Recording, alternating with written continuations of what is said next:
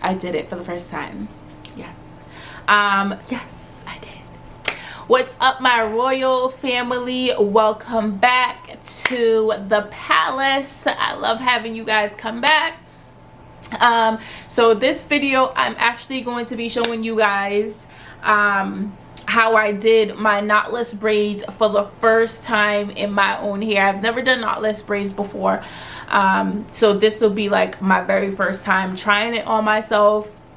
Now, I'm not a hairdresser, so don't be in my comments talking about that's not how you do it.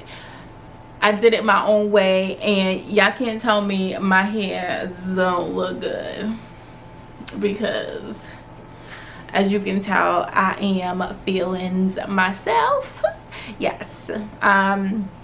So I'm gonna show you guys how I did it, my own little technique. I'm also gonna feel my go-to hairstyles that I like to do, and I'll also show you like the hair and stuff that I use, because this hair is really lightweight.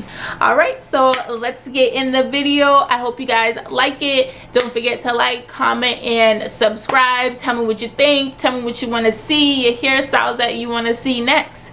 All right, thanks. Peace out.